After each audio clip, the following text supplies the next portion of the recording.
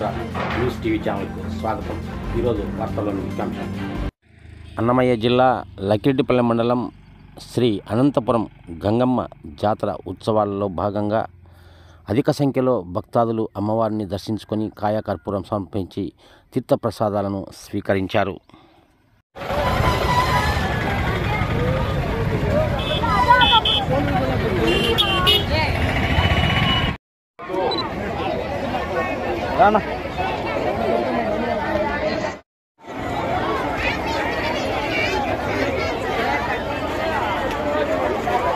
జనాలు తాకి జల్లిగా ఉంది.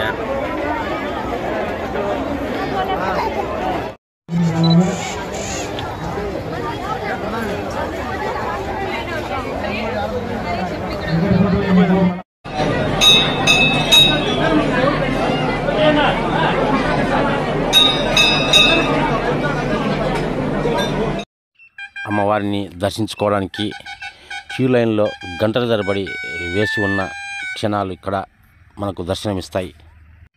కోరిన కోరికలు తీర్చే కల్పవల్లిగా ఇక్కడ అమ్మవారికి తరచూ భక్తులు ముడుపులు చెల్లిస్తూ ఉండడం విశేషం.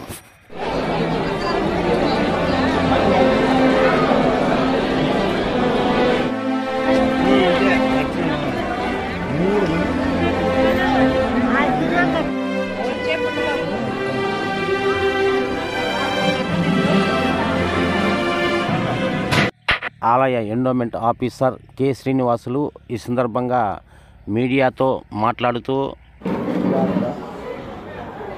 ఈ నెల 1/3/25 నుండి 2/25 వరకు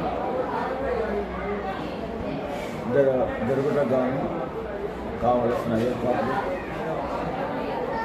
చేసినాము.